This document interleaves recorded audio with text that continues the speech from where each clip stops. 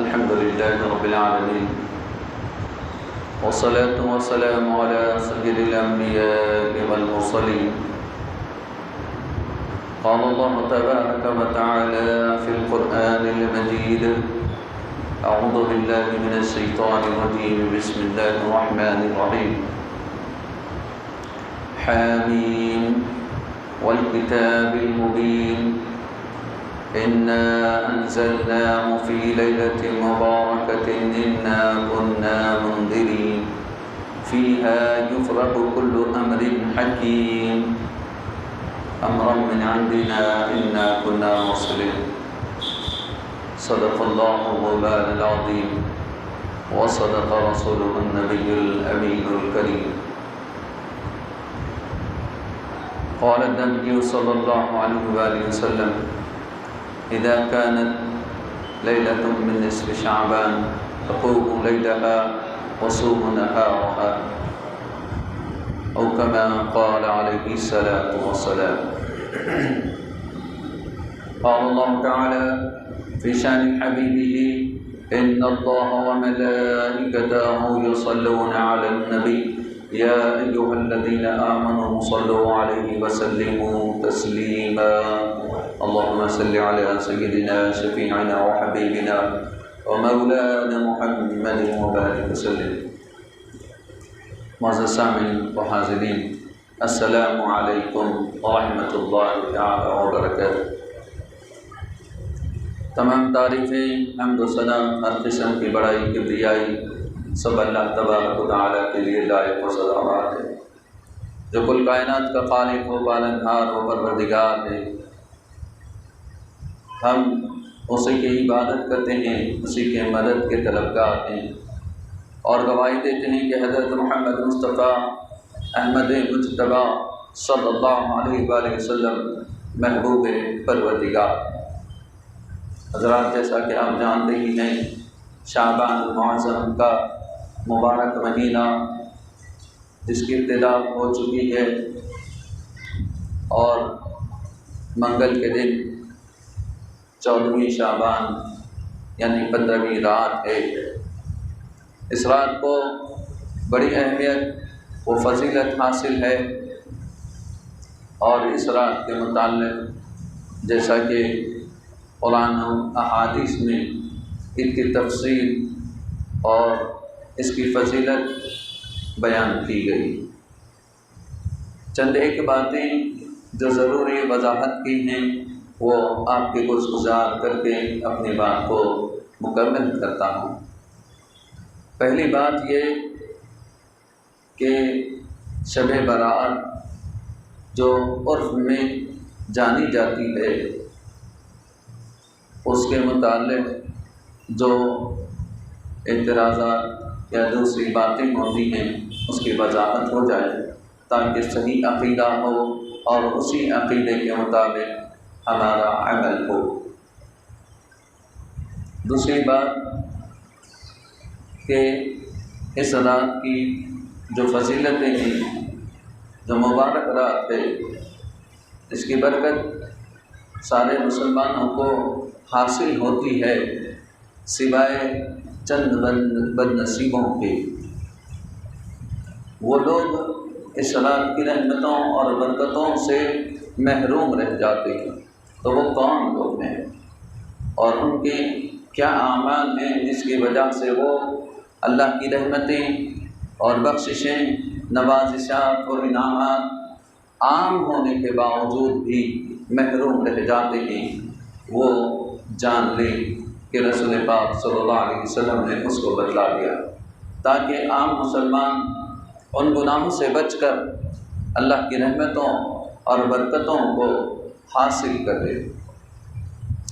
دیکھیں، عام طور پر لوگ عبادت کے خوگر نہیں ہوتے، یعنی راتوں میں جاگنے والے، عبادت کرنے والے لوگ نہیں ہوا کرتے ہیں. عام طور پر خاص بندے ہوا کرتے ہیں جو راتوں میں عبادت کرتے ہیں اور اپنے رب کو راضی کرنے کی ہر وقت انہیں فکر لگی ہوئی ہوتی.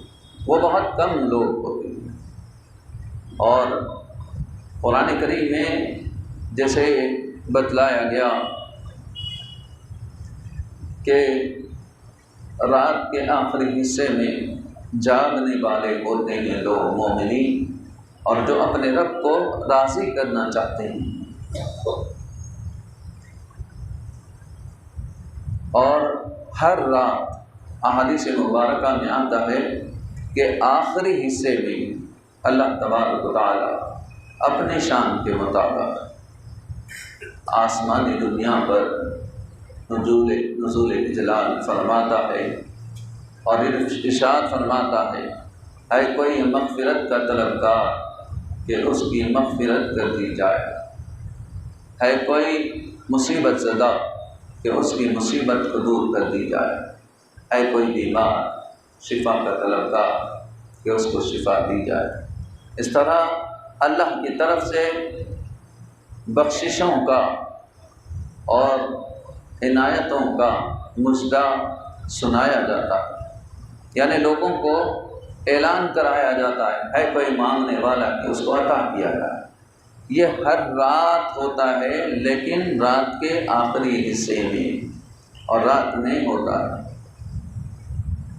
یہ تو خاص لوگ جو عبادت گزار ہیں، جو تہجد گزار ہیں، جو اللہ کو راضی کرنے کے لیے رات بھر جاگتے رہتے ہیں، عبادت کرتے رہتے ہیں، وہ رحمتوں کو حاصل کر لیتے ہیں، اللہ کے فضل کو، اللہ کے انعامات کو وہ حاصل کرتے ہیں اور اپنی مغفرت کرا لیتے ہیں، اپنی بخشش کا سامان وہ کرا لیتے ہیں۔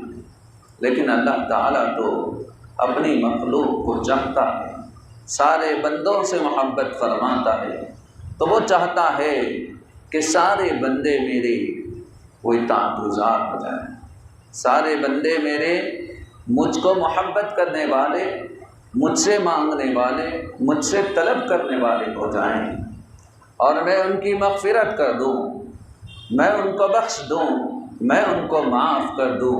یہ اللہ کی مرضی ہے، یہ اللہ تعالیٰ چاہتا ہے۔ تو اب اس اللہ کی مرضی اور چاہت کو اللہ تبارک و تعالیٰ اس طرح موقع ہمیں عنایت فرماتا ہے کہ ہم اللہ کی اس مرضی کو درست کرتے ہوئے، اس کو پورا کرتے ہوئے اپنی بخشش کیسے کرا دیں۔ تو اللہ تعالیٰ یہ عام راتیں ہوتی ہیں کہ جس میں ہر روز رات کے آخری حصے میں اعلان ہوتا ہے کہ ہم عطا کرتے ہیں، مانگو۔ لیکن خاص راتیں آتی ہیں جیسے شب برات، شب قدر ہو، تو ان راتوں میں اللہ تبارک و تعالیٰ رات کا جیسے ہی ابتدائی حصہ شروع ہوتا ہے، جب سے لے کر طلوع فجر تک اللہ کی طرف سے اعلان ہوتا ہے، بشارت دی جاتی ہے، خوشخبری دی جاتی ہے کوئی مغفرت کا طلبگار کہ اس کی مغفرت کر دی جائے، ہے کوئی مصیبت زدہ کہ اس کی مصیبت کو دور کی جائے، ہے کوئی بیمار کہ اسے شفا دی جائے، ہے کوئی مانگنے والا کہ اس کو عطا کیا جائے۔ یہ اعلان ہوتا رہتا۔ تو جب اللہ کی طرف سے اعلان ہو رہا ہو تو اب غور کریں کتنی رحمتوں برکتوں کا نزول ہوتا ہے۔ ایک مثال سمجھنے کے لیے علماء کرام نے جیسے بیان کیا کہ دیکھو ایک مانگنے والا ہے، گلی کوچے میں لوگوں کے پاس مانگتا پھرتا ہے کوئی سخی کہ وہ مجھے کھانا کھلا دے، ہے کوئی سخی کہ وہ مجھے کپڑا پہنا دے، ہے کوئی دینے والا اللہ کے نام پر مجھے دے دے۔ وہ مانگتا پھرتا رہتا ہے، جو دینے والے ہوتے ہیں اسے دے دیتے ہیں۔ لیکن جب کوئی مانگنے والے کو کہے ہے کوئی مانگنے والا میرے پاس آئے میں اسے دوں گا، روز مانگنے والا فقیر مانگ رہا ہے مجھے عطا کرو، مجھے عطا کرو، ایک دن دینے والا سخی کہہ رہا ہے مانگو، کون ہے مانگنے والا کہ میں اسے دوں گا۔ یہ اللہ تبارک و تعالیٰ کی شان ہے۔ اللہ تبارک و تعالیٰ ہم تو روز مانگتے ہیں، ہم چاہتے ہیں، اور ہم اللہ کے بندے ہیں، اللہ سے مانگنا ہم پر فرض ہے اور ہم اس کو بجا لاتے ہیں اس حکم کو۔ لیکن اللہ تبارک و تعالیٰ ان مبارک راتوں میں خود فرماتا ہے مانگو کیا مانگتے میں تمہیں عطا کروں گا۔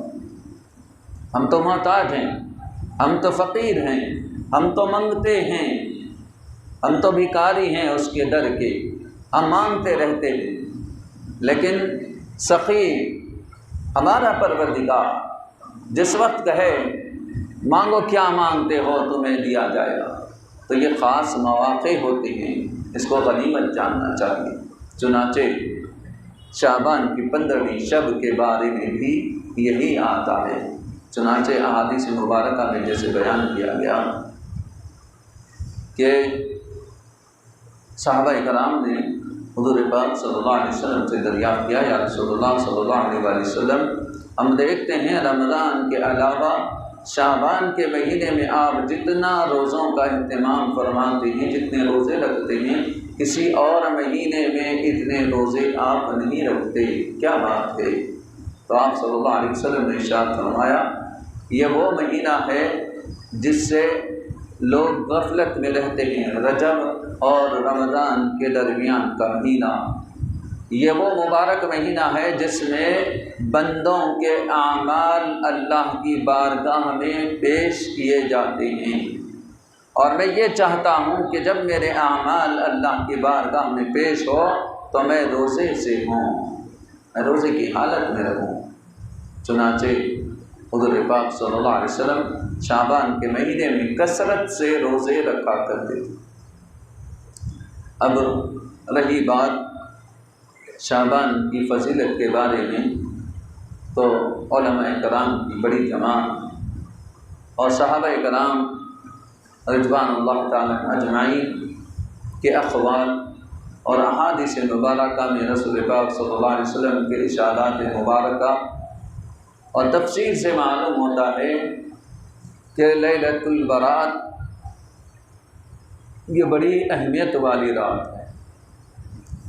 اس رات میں اہم فیصلے جات کیے جاتے ہیں، اور اس میں اللہ کی رحمتوں کا، برکتوں کا نزول ہوتا ہے، اور اللہ تعالیٰ اپنی خاص عنایات اپنے بندوں پر فرماتا ہے اور ان کی بخشش کا سامان فرما دیتا ہے۔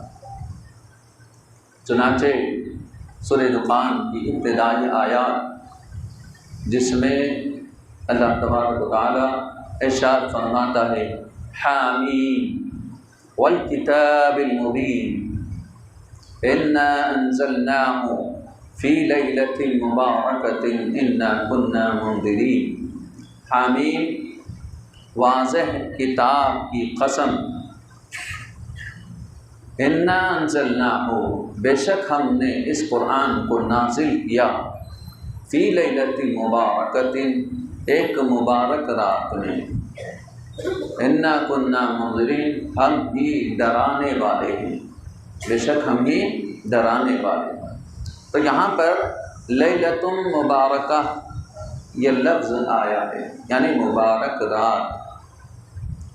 حضرت کریمہ رضی اللہ تعالیٰ عنہ اور مفسرین کی ایک بڑی جماعت اس کے معنی یہ مراد لیتی ہیں کہ اس سے مراد شعبان کی 15ویں شب یعنی شب برات ہے۔ پھر جیسے ارشاد ہوتا ہے ہم نے اس میں قرآن کو نازل کیا۔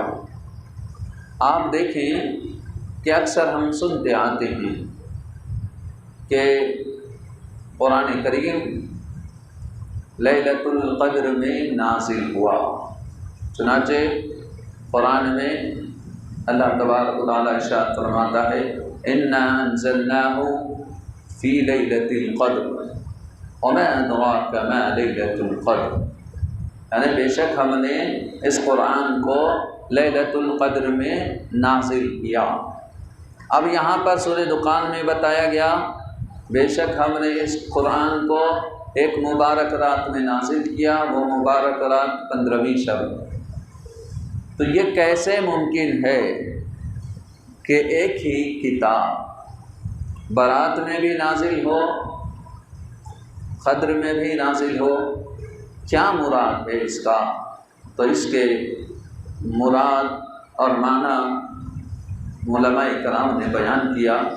محدث دکن حضرت عبداللہ شاہ نقشبندی مجددی علیہ الرحمہ لکھتے ہیں، اس کے معنی یہ ہے کہ اللہ تبارک و تعالیٰ نے قرآن کریم کو نازل کرنے کا فیصلہ تجویز اس مبارک رات میں فرمائی، یعنی لیلۃ البراۃ میں، شب برات میں، اور پھر لوح محفوظ سے اللہ تبارک و تعالیٰ نے آسمان دنیا پر جو نازل فرمایا وہ لیلۃ القدر ہے، یعنی قرآن کو نازل کیا گیا ہے آسمان دنیا پر شب قدر میں۔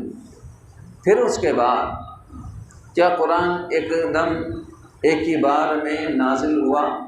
تو پتہ چلا نہیں ہوا ایسا، کیونکہ پہلی آیت سورہ قلم، سورہ علق کی جب آپ صلی اللہ علیہ وآلہ وسلم غار حرا میں تشریف فرما تھے، حضرت جبریل امین آتے ہیں اور وہ 5 آیتیں پہلی وحی اللہ کی طرف سے نازل ہوتی ہے، جس میں ارشاد ہوتا ہے اللہ تعالیٰ کا اقرأ بسم ربک الذی خلق خلق الانسان من علق اقرأ وربک الاکرم الذی علم بالقلم علم الانسان ما لم يعلم۔ یہ 5 آیتیں ہیں سورہ علق کی ابتدائی، جو پہلی وحی ہے جب نبی پاک صلی اللہ علیہ وآلہ وسلم کی عمر مبارک 40 سال تھی۔ پہلی وحی نازل ہوئی جبکہ آپ کی عمر شریف 40 برس تھی، اور یہ سلسلہ جاری رہا تب تک جب تک آپ صلی اللہ علیہ وسلم اس دنیا میں حیات رہے۔ آپ صلی اللہ علیہ وسلم کی عمر مبارک 63 سال 63، تو 40 سے 63 سال یہ 23 سال ہو گئی، تو پورا مکمل قرآن مجید 23 سال میں نازل ہوا۔ تو پتہ چلا پہلے قرآن کو نازل کرنے کی تجویز ہوئی، پلان ہوا، فیصلہ ہوا، وہ ہے لیلۃ البراۃ۔ پھر قرآن کو آسمان دنیا پر نازل فرمایا گیا، وہ ہے لیلۃ القدر۔ پھر تھوڑا تھوڑا اللہ تعالیٰ کو جیسے منظور تھا اس طرح قرآن کو اللہ تعالیٰ نے 23 سال میں نازل فرمایا۔ قرآن ایک دم دنیا میں نازل نہیں کیا گیا، نبی پاک صلی اللہ علیہ وسلم کو نازل نہیں فرمایا گیا۔ تو جیسا کہ ہم جانتے ہیں کہ اگر ہم کوئی کام کرنا چاہتے ہیں تو پہلے اس کی پلاننگ کرتے ہیں، اس کو ایک خاکہ بناتے ہیں۔ جیسا کہ آپ یہ مسجد بنانا چاہتے ہوں یا اپنا گھر بنانا چاہتے ہوں تو آپ آتے ہی گھر بنانا شروع نہیں کر دیتے، پہلے سوچتے ہیں کہ گھر کیسے بنے گا، دروازے کہاں ہوں گے، کمرے کتنے ہوں گے، چھت کتنا اونچا ہوگا، دیواریں کیسی ہوں گی، کتنے کمرے بنائیں گے، کہاں پر کیا چیز ہوگی، یہ سب آپ پہلے ایک کاغذ پر ایک دماغ میں اپنا خاکہ بنا لیتے ہیں، اب اس خاکے کے مطابق وہ کام کرتے ہیں۔ تو ویسے ہی اللہ تبارک و تعالیٰ فیصلہ فرمایا لیلۃ البراۃ میں۔ تو یہ رات بھی بڑی مقدس رات ہے، بڑی فضیلت والی رات۔ چنانچہ 16 صحابہ اکرام رضی اللہ تعالی عنہم سے روایتیں منقول ہیں جو لیلۃ البراۃ کی فضیلت اور اس کی اہمیت کو بتلاتے ہیں، یعنی اس کے فضائل ذکر کیے گئے ہیں ان احادیث مبارکہ میں۔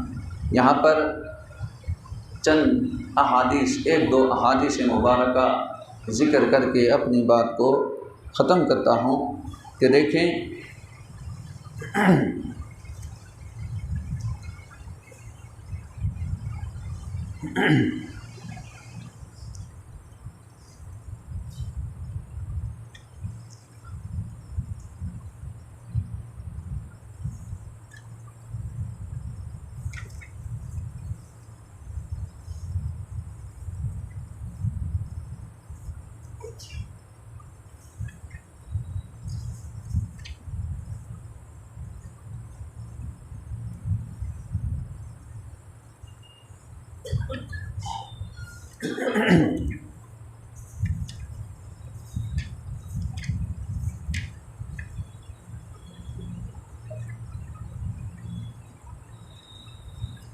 فیہا یفرق کل امر حکیم، یہ آیت مبارکہ ہے کہ اس میں ہر حکمت والے کام کا فیصلہ کیا جاتا ہے۔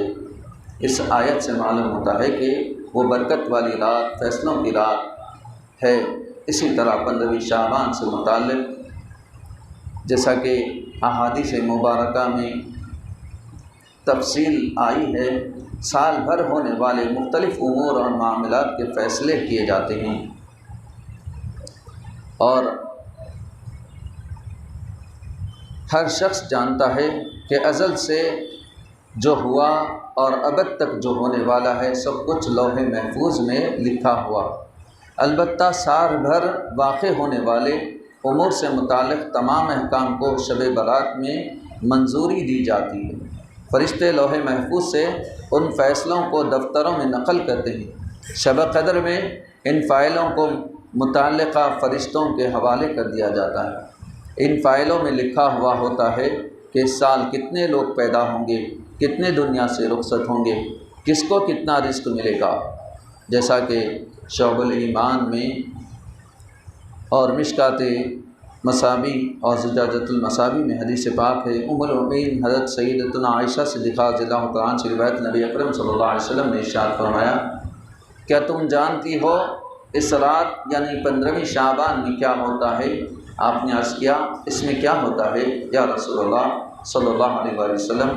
تو حضور علیہ الصلوۃ والسلام نے ارشاد فرمایا، اس سال پیدا ہونے والے تمام آدمیوں کے نام اس رات فہرست میں لکھ دیے جاتے ہیں، اور اس سال فوت ہونے والے یعنی انتقال کرنے والے تمام انسانوں کے نام بھی فہرست میں لکھ دیے جاتے ہیں، اور اس میں لوگوں کے اعمال رب کے حضور پیش کیے جاتے ہیں اور ان کے رزق اتارے جانے کا فیصلہ کر دیا جاتا ہے۔ آپ نے عرض کیا یا رسول اللہ صلی اللہ علیہ وسلم، کیا کوئی بھی اللہ کی رحمت کے بغیر جنت میں نہیں جا سکے گا؟ حضور علیہ الصلوۃ والسلام نے فرمایا، کوئی ایک بھی ایسا نہیں جو اللہ کی رحمت کے بغیر جنت میں چلا جائے۔ آپ نے یہ 3 مرتبہ فرمایا۔ کہتی ہیں کہ میں نے عرض کیا آپ بھی نہیں یا رسول اللہ صلی اللہ علیہ وسلم؟ حضور اکرم صلی اللہ علیہ وسلم اپنا دست مبارک اپنے سر انور پر رکھ کر 3 مرتبہ فرمایا، نہیں مگر یہ کہ اللہ تعالیٰ مجھے اپنی آغوش رحمت میں لیے ہوئے۔ اسے حضور پاک صلی اللہ علیہ وسلم 3 مرتبہ دہراتے رہے۔ یعنی یہ بتایا گیا کہ حضور پاک صلی اللہ علیہ وسلم جب ارشاد فرمائے کہ اس کے اندر اہم فیصلے کیے جاتے ہیں، تب بی بی عائشہ صدیقہ رضی اللہ تعالیٰ عنہا نے فرمایا، کیا اللہ کی رحمت کے بغیر کوئی جنت میں نہیں جا سکتا؟ تو آپ صلی اللہ علیہ وسلم نے فرمایا، کوئی بھی نہیں ہے جو اللہ کی رحمت کے بغیر جنت میں جا سکے۔ تو پھر آپ نے فرمایا، کیا آپ بھی نہیں؟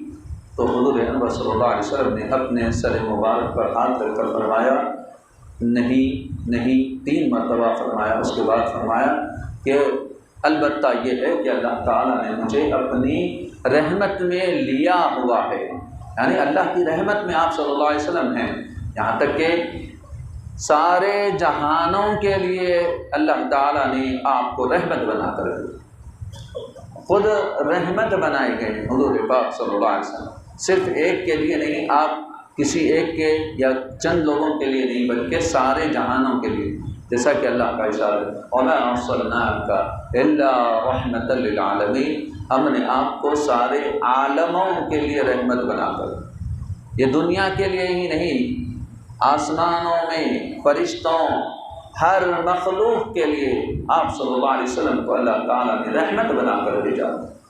آگے دیکھیں، حضرت علی رضی اللہ تعالیٰ عنہ سے روایت ہے کہ آپ نے فرمایا، سیدنا رسول اللہ صلی اللہ علیہ وسلم نے ارشاد فرمایا، جب شعبان کی 15ویں شب ہو تو اس رات قیام کرو اور اس کے دن میں روزہ رکھو، کیونکہ اللہ تعالیٰ اس رات سورج ڈوبتے ہی آسمان دنیا کی طرف نزول اجلال فرماتا ہے اور ارشاد فرماتا ہے، کیا کوئی مغفرت کا طلبگار ہے کہ میں اس کو بخش دوں؟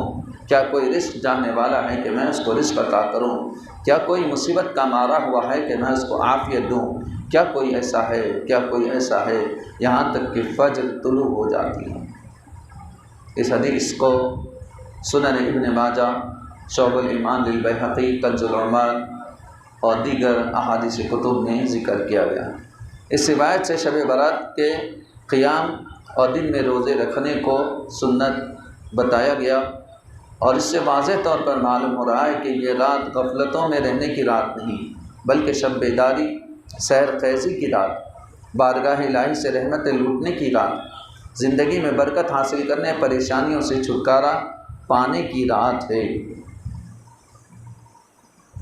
اور ایک تفصیلی حدیث مبارکہ ہے جس حدیث کو بنیاد الطالبین میں ذکر کیا گیا۔ سیدنا ابو ہریرہ رضی اللہ تعالیٰ عنہ نبی اکرم صلی اللہ علیہ وسلم سے روایت کرتے ہیں کہ آپ نے ارشاد فرمایا، شعبان کی 15ویں رات میرے پاس جبریل علیہ السلام حاضر ہو کر عرض کیے، اے پیکر حمد و ثنا، اپنا سر انور آسمان کی جانب اٹھائیے۔ میں نے کہا، واہ، اس رات کے کیا کہنے۔ جبریل نے عرض کیا، اس رات اللہ تعالی رحمت کے 300 دروازے کھولتا ہے اور ہر اس شخص کی بخشش فرما دیتا ہے جس نے اس کے ساتھ کسی کو شرک نہیں کیا، شریک نہ کیا ہو، سوائے یہ کہ وہ جادوگر ہو یا کاہن ہو یا شراب کا عادی یا ہمیشہ کا سود خوار اور بدکار ہو، کیونکہ ان لوگوں کو نہیں بخشا جائے گا یہاں تک کہ وہ توبہ کر لیں۔ پھر جب 4تھائی رات ہوئی تو جبرائیل نے خدمت میں حاضر ہو کر عرض کیا، اے پیکر حمد و ثنا، لائق ہر ستائش و خوبی، اپنا سر انور اٹھائیے۔ حضور اکرم صلی اللہ علیہ وسلم نے اپنا سر انور اٹھایا تو جنت کے دروازے کھلے ہیں۔ پہلے دروازے پر ایک فرشتہ اعلان کر رہا ہے، اس شخص کے لیے خوشخبری ہے جس نے رات کو رکوع کیا۔ دوسرے دروازے پر ایک فرشتہ آواز دے رہا ہے، اس شخص کے لیے خوشخبری ہے جس نے اس رات سجدہ کیا۔ تیسرے دروازے پر ایک فرشتہ آواز دے رہا ہے، بشارت ہے اس کے لیے جس نے اس رات دعا کی۔ چوتھے دروازے پر ایک فرشتہ اعلان کر رہا ہے، اس رات ذکر کرنے والوں کے لیے مژدہ یعنی خوشخبری۔ پانچویں دروازے پر ایک فرشتہ آواز دے رہا ہے، خوشخبری ہے اس شخص کے لیے جو اس رات اللہ کے خوف سے روئے۔ چھٹے دروازے پر ایک فرشتہ آواز دے رہا ہے، اس رات اطاعت کرنے والوں کے لیے بشارت۔ ساتویں دروازے پر ایک فرشتہ آواز دے رہا ہے، کیا کوئی مانگنے والا ہے اس کی مانگ پوری کی جائے۔ آٹھویں دروازے پر ایک فرشتہ اعلان کر رہا ہے، کیا کوئی بخشش کا طلبگار ہے کہ اسے بخش دیا جائے۔ میں نے کہا، اے جبرائیل، یہ دروازے کب تک کھلے رہتے ہیں؟ جبرائیل نے عرض کیا، رات کے ابتدائی حصے سے طلوع فجر تک۔ پھر عرض کیا، اے پیکر حمد و ثنا واللہ کو ہر ستائش و خوبی، یقیناً اس رات اللہ تعالیٰ قبیلے بنو کلب کی بکریوں کے بالوں کے مقدار بندوں کو دوزخ سے آزاد فرما دیتا ہے۔ پتہ چلا کہ اس رات گناہ گاروں کی بخشش ہو جاتی ہے، وہ بھی کتنے؟ بتایا گیا ہے کہ بنو کلب، یوں تو عرب میں بکریاں پالنے کا رواج تھا، لیکن بنو کلب یہ ایسا قبیلہ تھا جو سب سے زیادہ بکریاں پالنے والے تھے، جن کے پاس سب سے زیادہ بکریاں تھیں۔ جیسا کہ بتایا گیا 50,000 سے بھی زائد بکریاں ان کے پاس تھیں۔ تو ان بکریوں کے بالوں کی مقدار سے بھی زیادہ، ایک روایت میں آتا ہے اس سے بھی زیادہ گناہ گار مسلمانوں کو اس رات اللہ تعالیٰ بخش دیتا ہے، معاف کر دیتا ہے۔ لیکن شرک کرنے والوں کو، زنا کرنے والے، شراب کے عادی، سود خور اور چند ایسے لوگ ہیں جس کی آگے تفصیل آتی ہے، ان کو چھوڑ کر باقی سب کی بخشش ہو جاتی۔ تو وہ لوگ جو بد نصیب ہیں ان کی بھی وضاحت کر دی گئی تاکہ وہ لوگ بھی اللہ کی رحمت سے محروم نہ ہوں، اپنے گناہوں سے توبہ کر کے اس رات جن کا مال لیا ہے، جن پر ظلم کیا ہے، ان سے معافی مانگ کر ان کو ان کا مال لوٹا کر اللہ کی بارگاہ میں سچے دل سے توبہ کرو گے تو اس رات ان کی بھی بخشش ہو سکتی ہے۔ چنانچہ جو لوگ اس شراب کے نشے کے گندی لت کے عادی ہیں وہ لوگ اس کو چھوڑ دیں، کیونکہ یہ بہت بری عادت ہے۔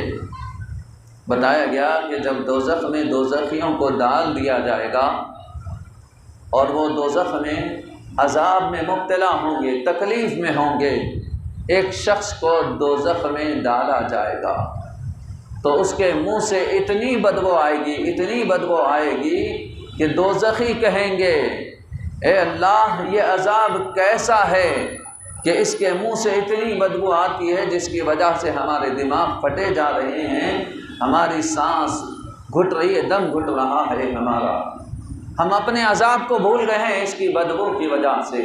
تو بتایا گیا کہ یہ بد نصیب شخص شراب کا عادی تھا، یہ نشہ کرنے والا تھا، تو اس کے منہ سے اتنی بدبو آئے گی۔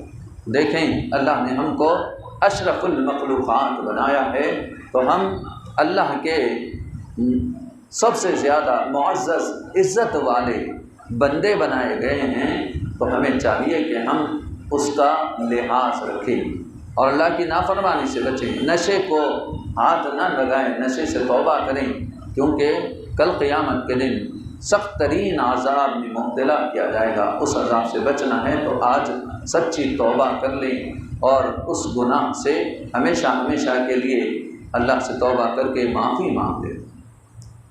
آگے دیکھیں 14 لوگوں کی فہرست بتائی گئی، دیگر احادیث مبارکہ سے جو تفصیلات ملتی ہیں اس میں یہ ہے کہ مشرک، بدعقیدہ، کینہ پرور، قاتل، زانی و زانیہ یعنی زنا کرنے والے، ماں باپ کا نافرمان، رشتہ داری کاٹنے والا، سود خور، شراب کا عادی، جادوگر، کاہن، ڈاکہ زنی کرنے والا، ناجائز طور پر محصول وصول کرنے والا یعنی ناجائز طور پر ٹیکس وغیرہ وصول کرنے والا، ٹخنوں کے نیچے لباس رکھنے والا۔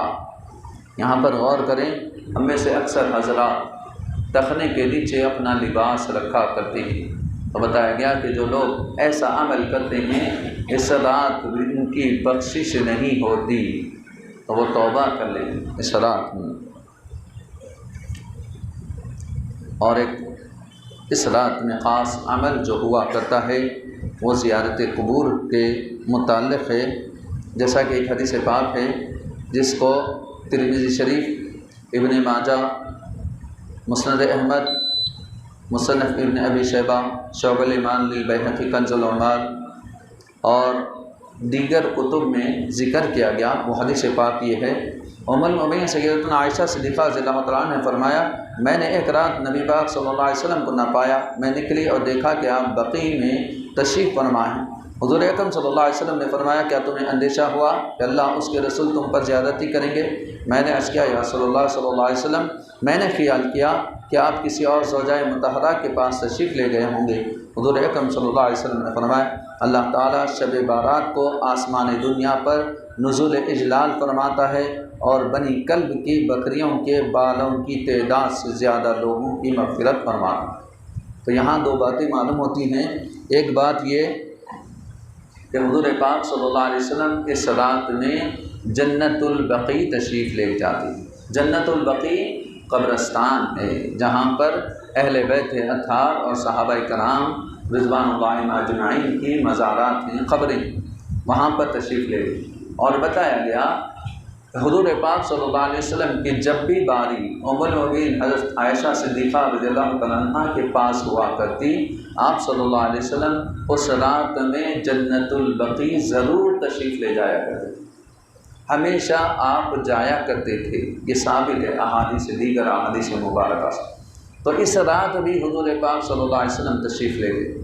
اب یہاں پر اور ایک بات کہ بی بی عائشہ رضی اللہ تعالیٰ عنہ حضور پاک صلی اللہ علیہ وسلم کو تلاش کرتے ہوئے نکلیں، جیسا کہ آپ کے قول کے مطابق آپ نے کہا کہ آپ کسی دوسری زوجہ مطہرہ کے پاس تشریف لے گئے ہوں گے، لیکن زوجہ مبارکہ جنت البقیع میں تھوڑی رہیں گے، وہاں آپ کیوں تشریف لے گئے؟ تو بتایا گیا جب آپ باہر تشریف لے گئیں تو آپ کی خوشبو مبارک نبی پاک صلی اللہ علیہ وسلم کی، وہ جس طرف آپ صلی اللہ علیہ وسلم چلے جاتے وہ راستے مہک جاتے، وہ خوشبو کو سونگتی ہوئی ام المومنین حضرت سیدتنا عائشہ صدیقہ رضی اللہ عنہا جنت البقیع میں تشریف لے گئیں، وہاں پر ان کو پا لیا۔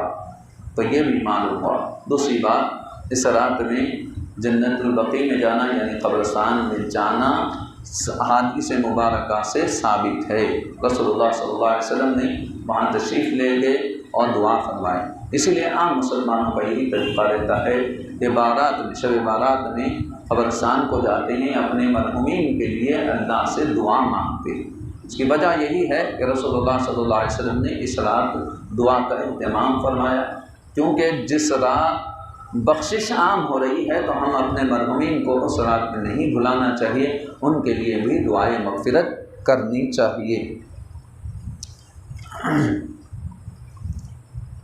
اور یاد رکھیں اس رات میں بیہودہ کام سے اور فضول خرچی اور شیاطین کے کام وغیرہ سے بچیں، جیسا کہ پٹاخے وغیرہ یا ناچ گانا وغیرہ یا گلیوں میں مذاق وغیرہ کرتے ہوئے لوگوں کو تکلیفیں دیتے ہوئے یا تماشے کرتے ہوئے رات بھر گزارنا، یہ تو گناہ ہے ہی، لیکن ایسے مقدس راتوں میں خاص طور پہ جب اللہ کی رحمتوں کا نزول ہو رہا ہے اس وقت میں یہ شعبہ بازی کرنا، تماشے کرنا، خاص طور پر نوجوان لڑکے بچے جو سائیکل وغیرہ یا گاڑیاں وغیرہ لے کر نکل جاتے ہیں روڈوں پر تماشے کرتے ہیں، یہ سب غلط کام ہیں، یہ اللہ کو ناراض کرنے والے کام ہیں۔ اسلام ہمیں اس کی تعلیم نہیں دیتا۔ اس رات میں زیادہ سے زیادہ توبہ استغفار کر کے اللہ کو راضی کرنے، عبادت کرنے کی کوشش کرنی چاہیے، بیہودہ لہو لعب کے کام سے اپنے آپ کو بچانا چاہیے۔ آخر میں ایک عبادت جس کے بارے میں ذکر کیا گیا، اس حدیث مبارکہ کو شعب الایمان للبیہقی میں ذکر کیا گیا، اس کو ذکر کر کے اپنی بات کو ختم کرتا ہوں کہ سیدنا ابراہیم رضی اللہ تعالیٰ سے روایت آپ فرماتے ہیں، علی رضی اللہ تعالیٰ نے ارشاد فرمایا، میں نے نبی پاک صلی اللہ علیہ وسلم کو 14ویں شعبان یعنی 15ویں شعبان کی رات کو 15ویں رات کو دیکھا کہ حضور پاک صلی اللہ علیہ وسلم نماز ادا کر رہے ہیں، 14 رکعت نماز ادا کی۔ اس کے بعد نماز سے فارغ ہونے کے بعد 14 مرتبہ سورہ فاتحہ، 14 مرتبہ سورہ اخلاص، 14 مرتبہ سورہ فلق، 14 مرتبہ سورہ ناس، 1 مرتبہ آیت الکرسی، 1 مرتبہ سورہ توبہ کی آخری آیت لقد جاءکم رسول من انفسکم عزیز علیہ ما عنتم، وہ پوری آیت مبارکہ آپ صلی اللہ علیہ وسلم نے تلاوت فرمائی۔ تو آپ نے عرض کیا یا رسول اللہ صلی اللہ علیہ وسلم یہ عمل کیا ہے جو آپ نے اس اب کیا؟ تو آپ صلی اللہ علیہ وسلم نے فرمایا جیسے تم نے مجھ کو کرتے ہوئے دیکھا، جو کوئی شخص اس رات یہ عمل کرتا ہے تو اللہ تبارک و تعالیٰ اس کو 20 مقبول حج کا ثواب عنایت فرمائے گا، 20 سال کے روزوں کا ثواب عنایت فرمائے گا، اور اگر وہ دوسرے دن روزہ رکھتا ہے تو اللہ تعالیٰ اس کے پچھلے اور اگلے سال کے روزوں کا ثواب عنایت فرمائے گا۔ تو کوشش کریں کہ اس رات میں 14 رکعت نفل نماز پڑھیں، نماز پڑھنے کے بعد 14 مرتبہ سورہ فاتحہ، 14 مرتبہ قل اللہ احد، سورہ فلق، 14 مرتبہ سورہ ناس، 14 مرتبہ 1 مرتبہ آیت الکرسی، 1 مرتبہ سورہ توبہ کی آخری آیت لقد جاءکم رسول من انفسکم پڑھیں۔ انشاءاللہ تعالی اللہ تعالیٰ کی رحمتوں اور برکتوں سے مالا مال ہوں گے، اور اس رات میں خاص طور پہ توبہ کا اہتمام کریں اور اپنے لیے اور اپنے مرحومین اور تمام مسلمانوں کے لیے دعائیں مغفرت کریں، ان کے درجات کی بلندی کے لیے دعا کریں۔ اللہ تعالیٰ دعا ہے اللہ تبارک و تعالیٰ ہم سب کو تیری اطاعت اور فرمان برداری کرنے کی توفیق عطا فرما، جب تک زندہ رہیں اسلام کا زندہ رکھ اور مرتے دم کلمہ نصیب فرما۔ یا اللہ شعبان المعظم کی نعمتوں اور برکتوں سے ہم سب کو مالا مال فرما، ہماری دعاؤں کو قبول فرما، جب تک زندہ رہیں اسلام کا زندہ رکھ۔ وصلی اللہ تعالی علی خیر خلقہ سیدنا محمد وعلی آلہ وصحبہ اجمعین۔ الحمد للہ۔